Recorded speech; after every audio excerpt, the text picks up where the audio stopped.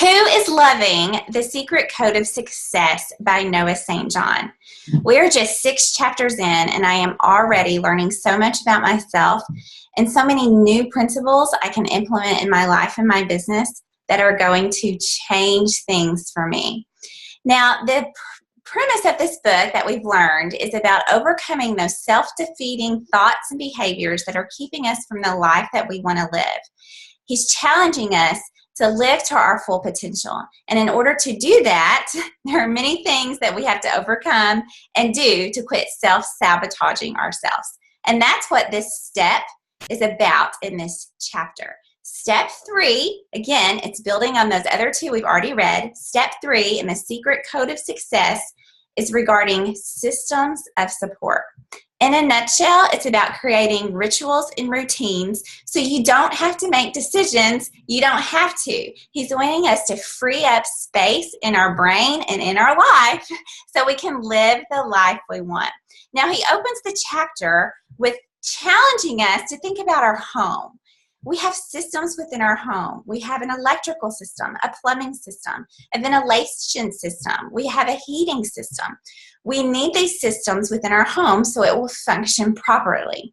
We don't really think about the electricity working. We don't really think about the toilet flushing correctly. It's just things we come to expect regarding our home and our standard of living. The only time we think about these systems not functioning is when they're broken. And by golly, we realize it quickly. It happened to us this summer with our air conditioning unit. The unit wasn't working, but our touch screen pad was not working. And our temperature was all over the place no matter what we were programming it for. So our system, our function was failing, and we had to address it. We didn't know it wasn't working until it stopped working. He tells us that our lives, our personal lives, and our businesses are the same way. Most often, people have no idea what the systems are within their life or within their business. However, we realize we don't have them more than we realize we do have them, because when something is not working, we feel overwhelmed, we feel stressed, we feel all over the place, we feel like we're not accomplishing anything, therefore what we're doing is not working. Now, I grew up with a military dad, so my life growing up was very structured. It was very scheduled. I had a lot of expectations just because that was the household he created. That trickled down to me and my family. I'm a very methodical person. My boys know where their shoes go. They know where they're to hang their backpacks. They know that on Friday nights we're going to order pizza and we're going to have family game night. We read half an hour before bed. Now, I'm not a perfectionist. I'm not a hyper scheduler. I mean, we have a lot of fun and we fly by the seat of our pants most often, but I have systems in place that make our life easy, and it helps us function better as a family. So I had a pretty good system personally, and I feel like I had a good system for my business because I was working full-time when I started Plexus, and I had big goals with Plexus, and I desired to quit my full-time job and work towards that level of success with our company. So I knew that I was going to have to be very intentional with my time because I was working 40 hours. I had 2 small kids, and so my time to work my business was very limited. So I created systems that worked for me within those limits. I got up an hour before my kids got out of bed so I could work before having to get them ready to daycare and then me to get to work as well. I worked during my lunch hour and returned messages.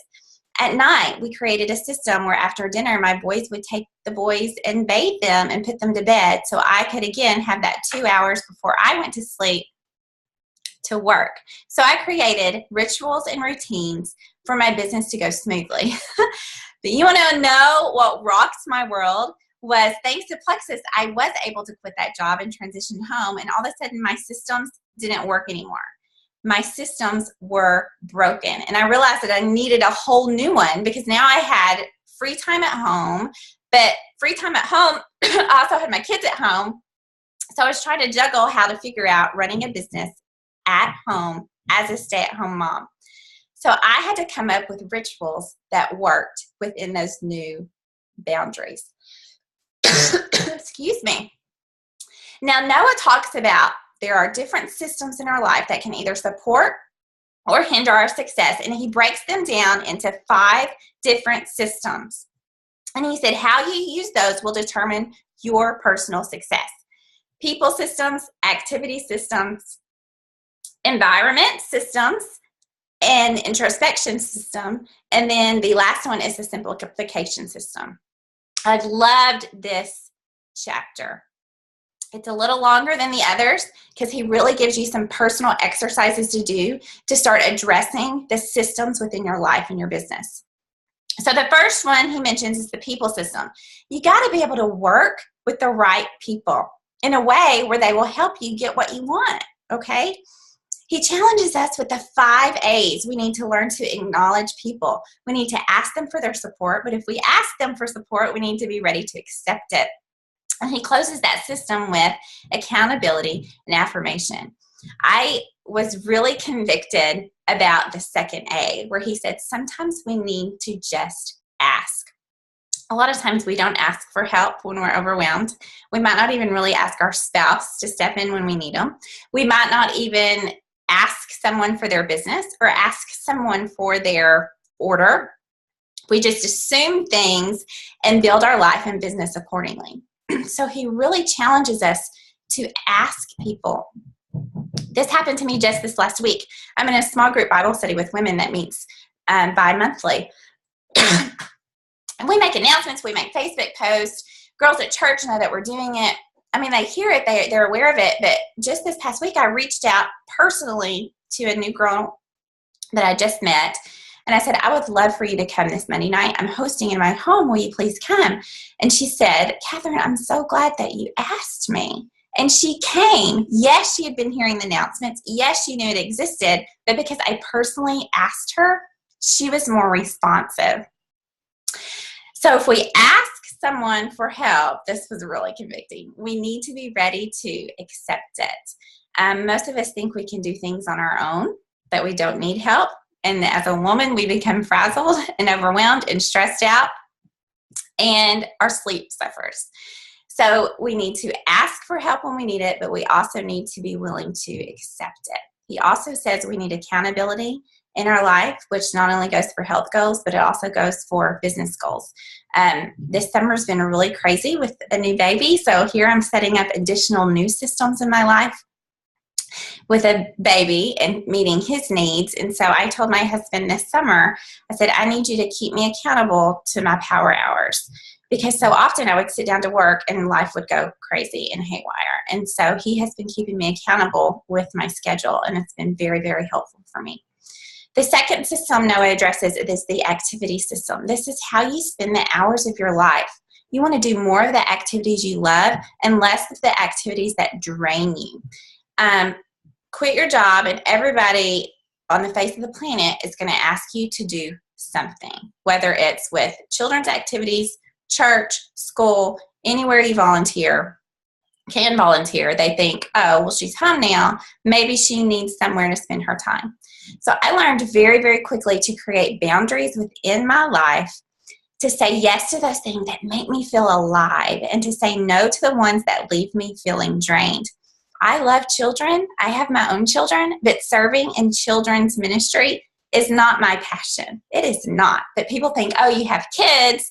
Hey, can you help us this week? Or, oh, don't you want to teach? I had to learn how to say no and set those boundaries. And it's okay. It's okay, because when you learn to say no to activities that really don't set your heart on fire, you start living a life that's more authentically you. And that in itself is empowering. He teaches the 3 Ds in this system: do, delete, or delegate. So he helps us in this system to write down 2 columns and decide which ones we like to do and which ones we don't like to do.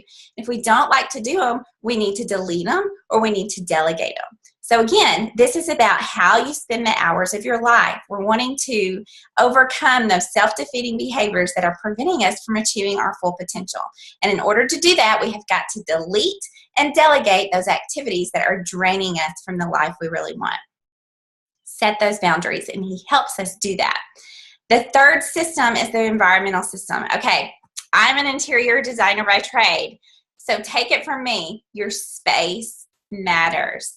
So the environment system is involves clearing out your inner environment, okay, your negative self-talk, which we have addressed some already, but also your physical environment. I don't know about you, but if my life is cluttered, if my desk is cluttered, if my house is a wreck, I can't function. So I want you to do one of two things. You then are going to take on some decluttering challenges. There's incredible things going around Facebook right now where you can do a 30-day declutter challenge and declutter something daily. Like the first one may be clean out your purse. The second one may be clean out your car. The third one may be clean out your junk drawer. So I want to challenge you to take on a decluttering challenge. Or if your house is so overwhelming that you can't function, go somewhere else to work. Excuse me. So do your power hours away from your home. Starbucks, Panera, one of our local parks that has Wi-Fi, which has been so much fun with the weather turning nice, where I can sit down at a picnic table and get some work done. This will help you keep your mind clear and focused. Also, something that really helped me with my environment system was decluttering my inbox. Oh my goodness, daily I'm getting overwhelmed with messages from everything I've ever purchased. And so you can install those. You enroll filters where anything that you don't want to see does not even hit your inbox. Talk about freeing up mind space. So think about areas in your life that you can declutter, whether it's hiring a housekeeper or designating a workspace or leaving your home so you can be more at peace and more focused. The last two systems I'm going to go over quickly. The introspective system, he says take time to write in a journal, to pray, or to meditate, and that you don't want to get sucked into the trivial day-to-day crap that doesn't really matter. And by meditating and reading and the personal growth that we talk about in our business, this keeps you focused on what is truly important to you. And lastly, the simplification system. Cut out what you don't need in your life and find ways to delegate whatever you can. Mark Zuckerberg, the CEO and founder of Facebook, guys, he wears the same thing every day, okay? He's known for his t-shirt and his hoodie. That is not something mindless, guys. His closet is full of that same outfit, so that's one decision he does not have to make on a daily basis. He knows exactly what he's going to wear, whether it's to a press conference or to a meeting or just doing his day-to-day life. He's freeing up his mind space from making that decision, okay? So we need to create routines and rituals and stop making decisions that we don't have to make. Now, who is loving the exercises in these books? Do them. Don't just read the chapter to check it off and watch the video summary. Do the exercises, because that's when you can start applying this knowledge to your own secret code of success and happiness. So I want you to list the 3 things in this chapter that you can do in the next week to help install some of these 5 systems: the people system, the activity system, the environment system, the introspective system, and then the simplification system. So think about who you can ask for help and then accept their help. Activity system, what can you say no to because it's not giving you, it's not part of your passion. Your environment system, where can you create new systems within your home or your workspace so you feel more at peace? Your introspective system, where can you meditate or pray daily? Mark that time out in your planner so you can have those day-to-day deep breaths so you can focus on what's important. And the simplification system, perhaps you need to create a capsule wardrobe like Mark so you don't have to make that decision. So think of 3 things, 3 routines or rituals that you can implement to make your life easy, to make more systems of support for the life that you personally want and you can live authentically as yourself. Something that I have done following the prompting of Carrie Wilkerson, the Barefoot CEO. She said by 9:30 a.m. you stay-at-home mamas need to decide what you're having for dinner.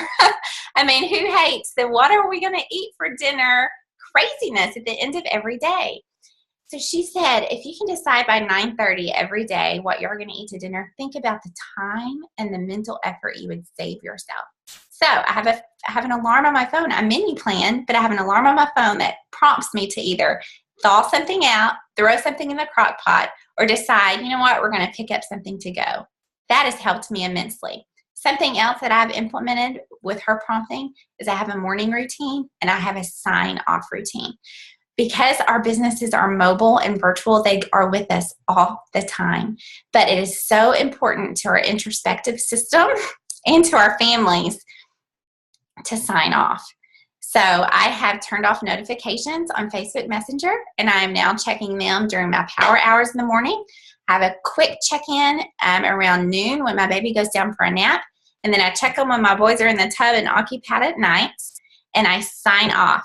You know, by 10 p.m., I'm signing off and I'm putting my phone away. And that's helping create those boundaries in my life, those systems of support, so I can build the life that I want. So I hope you enjoyed this recap.